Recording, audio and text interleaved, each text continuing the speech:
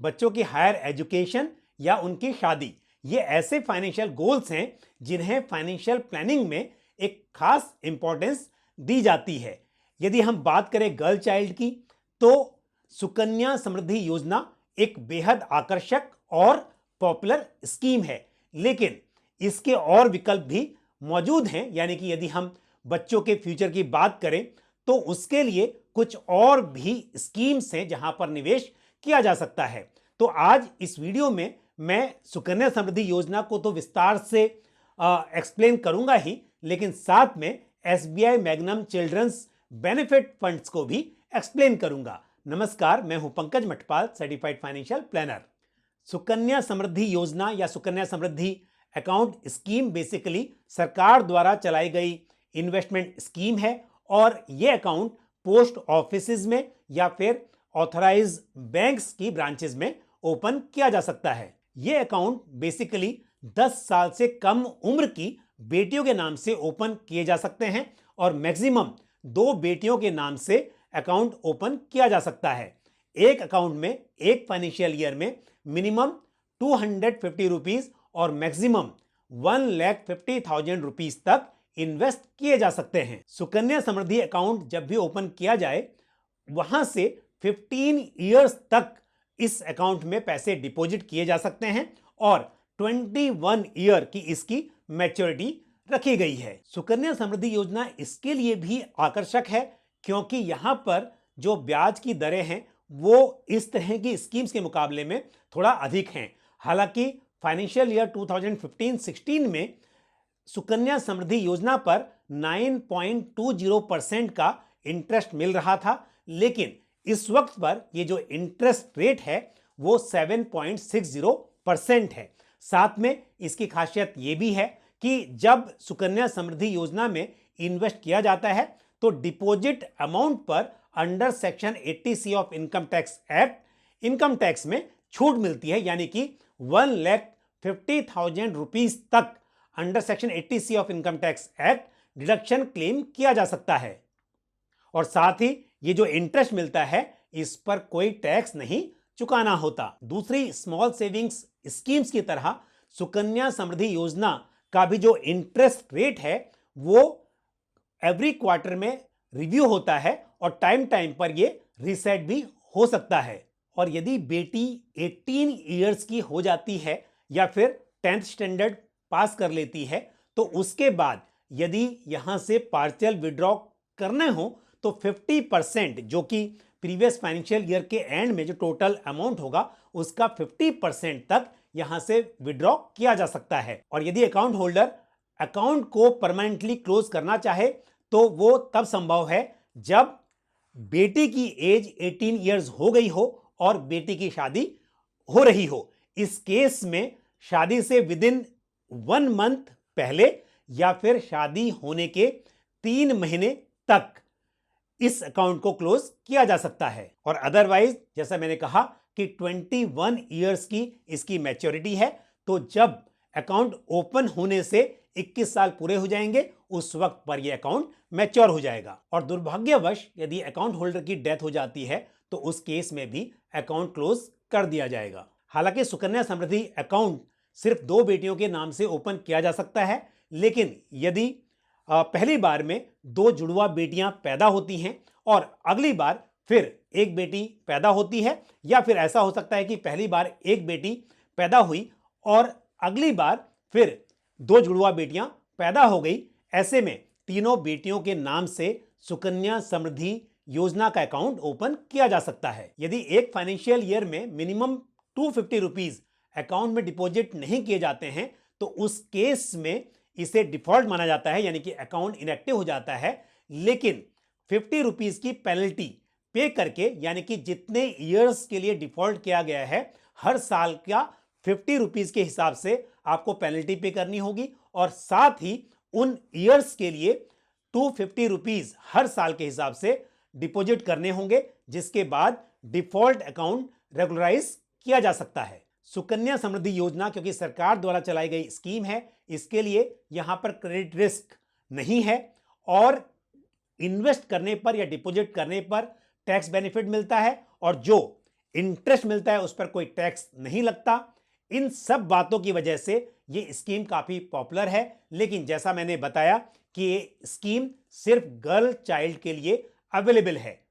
और साथ ही यदि आप गर्ल चाइल्ड की बात करें तो क्योंकि 1.5 लाख रुपए तक ही यहां पर मैक्सिमम डिपॉजिट किए जा सकते हैं, तो ऐसे में दूसरे विकल्प तलाशना भी बहुत जरूरी हो जाता है। और यदि आप बात कर रहे हैं बेटे की हायर एजुकेशन या उसके भविष्य के लिए, तो फिर तो आपको विकल्प तलाशना ही होगा, क्योंकि बेटे के नाम से सुकन्या समृद्धि योजना में अकाउंट ओपन नहीं किया जा सकता। हालांकि बच्चों के भविष्य की बात हो तो बहुत सारे विकल्प मौजूद हैं, लेकिन आज मैं बात करूंगा SBI Magnum children's benefit fund की, क्योंकि अक्सर जब इन्वेस्टर्स एसबीआई में जाते हैं सुकन्या समृद्धि योजना अकाउंट ओपन करने के लिए, तो वहां पर कई बार SBI Magnum children's benefit fund की भी बात होती है।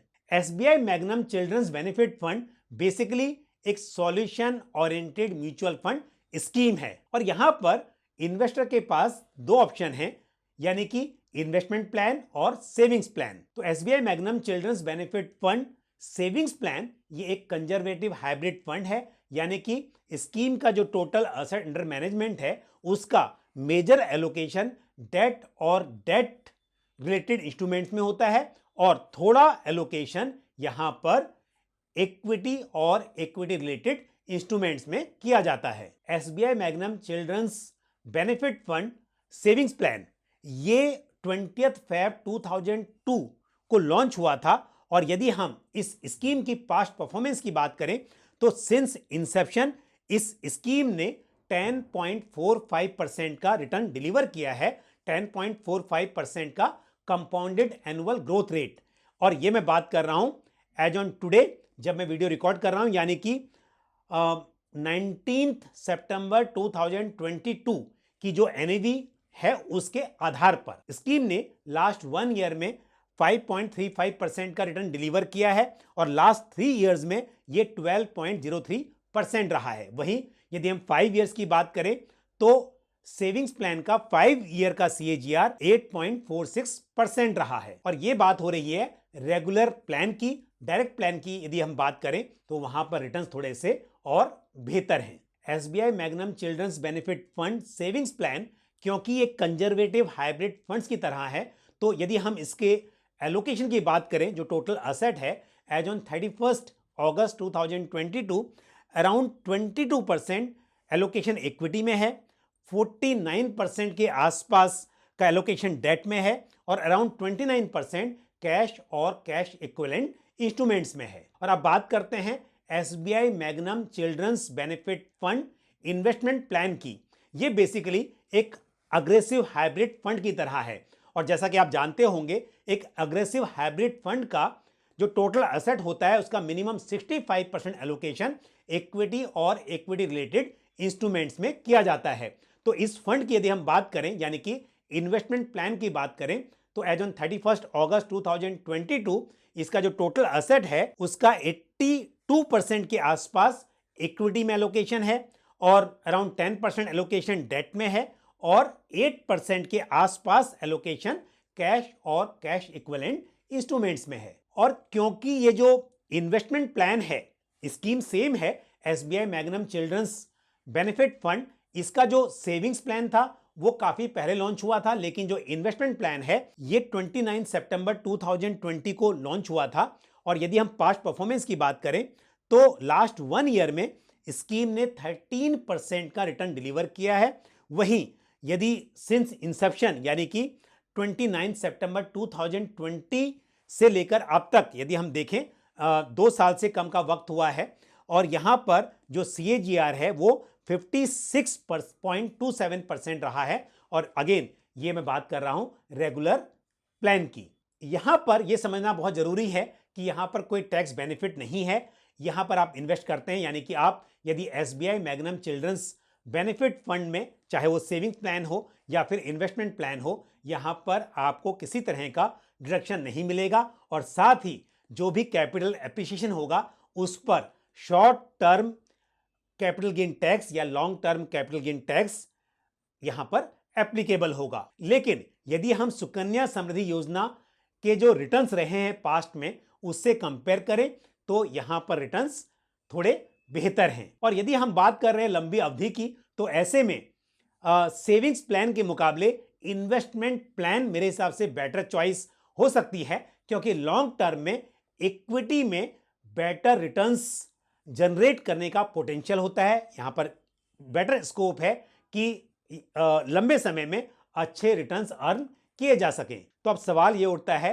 कि क्या इन्वेस्टर्स को सुकन्या समृद्धि योजना में इन्वेस्ट करना चाहिए या फिर इस तरह के solution oriented mutual fund schemes में। और उत्तर यह होगा कि यह डिपेंड करेगा केस टू केस बेसिस पर। सबसे पहले यदि आप अपने बेटे के लिए इन्वेस्ट करना चाहते हैं तो आपके पास सुकन्या समृद्धि योजना में इन्वेस्ट करने की चॉइस नहीं है, क्योंकि सुकन्या समृद्धि योजना अकाउंट सिर्फ बेटियों के नाम से ओपन किया जा सकता है। तो ऐसे में इस तरह के सॉल्यूशन ओरिएंटेड फंड्स एक चॉइस हो सकती है। साथ ही यदि हम बात करें बेटियों की, तो वहां पर भी क्योंकि सुकन्या समृद्धि योजना में सिर्फ 1,50,000 रुपीज तक ही एक अकाउंट में डिपॉजिट किए जा सकते हैं एक फाइनेंशियल ईयर में, और यदि आप इससे अधिक अमाउंट इन्वेस्ट करना चाहते हैं तो ऐसे में इन स्कीम्स को एक विकल्प के रूप में देखा जा सकता है। इसके अलावा जैसा मैंने कहा कि लॉन्ग टर्म में इक्विटी में पोटेंशियल होता है बेटर रिटर्न्स जनरेट करने का, तो उस आधार पर भी इस तरह की स्कीम्स में निवेश किया जा सकता है। हालांकि आज मैंने SBI Magnum children's benefit fund की बात की, बट ऐसा नहीं है कि ये अकेली सॉल्यूशन ओरिएंटेड स्कीम्स हैं। इसके अलावा ICICI Prudential child care fund, HDFC children's gift fund और यूटीआई चिल्ड्रंस करियर फंड, ये भी ऑप्शंस आपके पास अवेलेबल हैं। और उसके अलावा म्यूचुअल फंड्स की जो दूसरी स्कीम्स हैं उनमें भी इन्वेस्टमेंट किया जा सकता है। सिर्फ जब आप सॉल्यूशन ओरिएंटेड फंड्स में इन्वेस्ट करते हैं तो यहां पर क्योंकि चिल्ड्रन या चाइल्ड नाम लगा होता है, जिसकी वजह से अक्सर इन्वेस्टर्स अपना गोल अचीव होने तक यहां पर इन्वेस्टेड रहते हैं। और बाकी स्कीम्स में कई बार ऐसा होता है कि समय समय पर इन्वेस्टर्स अपने यूनिट्स को रिडीम कर देते हैं, तो उस आधार पर इन स्कीम्स में इन्वेस्टमेंट किया जा सकता है। तो मुझे उम्मीद है ये जानकारी जो आज मैंने आपके यहाँ शेयर की वो आपको पसंद आई होगी। वीडियो को लाइक करना और शेयर करना ना भूलें। और साथ ही यदि आपका कोई सवाल हो इन स्कीम से जुड़ा हुआ या फिर म्यूचुअल फंड से जुड़ा हुआ कोई भी, तो आप कमेंट बॉक्स में पोस्ट कर सकते हैं। आज के लिए बस इतना ही। अगले वीडियो में फिर आपसे मुलाकात होगी। अपना ख्याल रखिए।